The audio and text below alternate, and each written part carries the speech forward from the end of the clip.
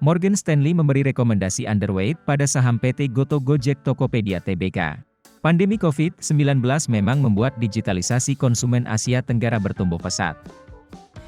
Goto sebagai super apps memang diuntungkan dan menjadikannya sebagai gerbang ke konsumen digital baru ini.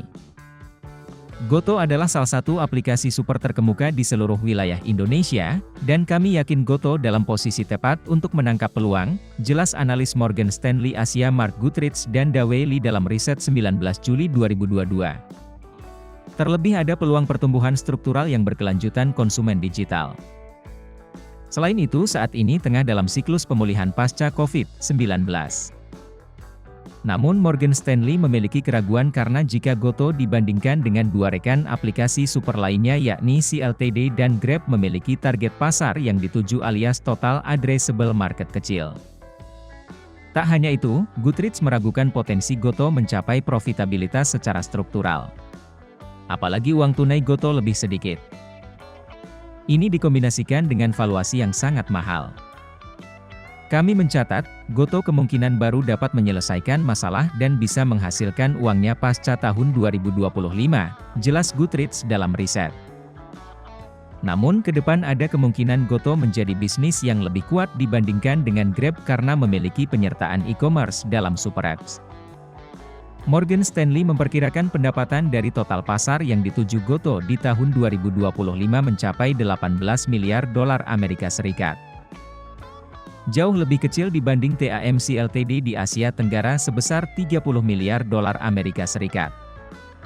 Begitu pula TAM Grab sebesar 20 miliar dolar Amerika Serikat. Sea dan Grab lebih besar karena masing-masing bisnis ini ada di lebih banyak negara. Goto yang fokus utamanya di Indonesia. Kami memperkirakan Goto telah kehilangan pasar di pasar utamanya di Indonesia dan berbagi dengan Grab, ujar dia. Sementara untuk e-commerce harus melawan Shopee. Karena itu, Morgan Stanley memperkirakan profitabilitas yang lebih rendah dibandingkan rekan-rekan ASEAN dan memiliki sedikit uang tunai. Kami memperkirakan on-demand Goto dan segmen e-commerce hanya akan mencapai profitabilitas EBITDA masing-masing pada 2024 hingga 2025, proyeksi dia. Persaingan yang ketat dan kurangnya kepemimpinan pasar yang jelas di kedua segmen berarti dana tunai Goto akan terus terbakar sampai saat itu. Kami memperkirakan Goto harus melewati saldo kas seperti saat ini dalam bertahun-tahun. Kami memperkirakan Goto akan menghasilkan laba EBITDA pertama yang disesuaikan pada tahun 2025, mirip dengan Grab, jelas Goodrich. Meskipun demikian, Morgan Stanley memperkirakan profitabilitas segmen secara struktural lebih rendah daripada Grab untuk on-demand dan Shopee Asia Tenggara dan Taiwan untuk e-commerce. Sebab nilai pesanan rata-rata (AOV) yang lebih rendah untuk segmen on-demand. Tak hanya itu untuk segmen e-commerce pun kurang menguntungkan karena tingkat margin yang rendah dan kurang menguntungkan. Morgan Stanley juga menganggap jika valuasi saham Goto sangat mahal. TAM yang lebih kecil, profitabilitas yang lebih rendah, dan lebih sedikit uang tunai karena itu, Morgan Stanley menyarankan untuk membeli saham Goto dengan harga diskon versus rekan-rekan. Jumat 22 Juli saham Goto ditutup naik 2,67% di Rp308 per saham.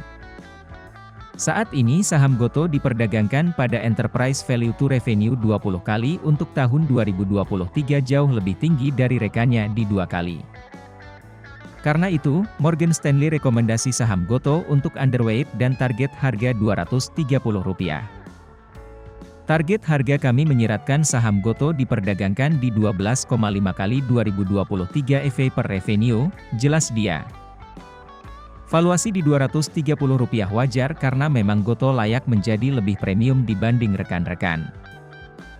Ini karena potensi pertumbuhan rata-rata pendapatan Goto di tahun 2021 hingga 2024 yang lebih cepat sebesar 69% versus rekan-rekan sebesar 33%. Morgan Stanley menganggap faktor risiko saham Goto adalah jika keluar dari pasar Singapura dan Vietnam. Jika Goto lebih berani dalam berkompetisi memungkinkan EBITDA Goto di titik impas lebih cepat dari yang diharapkan di pasar inti Indonesia, pengurangan biaya yang signifikan yang berarti Goto tidak perlu menaikkan tambahan modal dalam 3 tahun ke depan.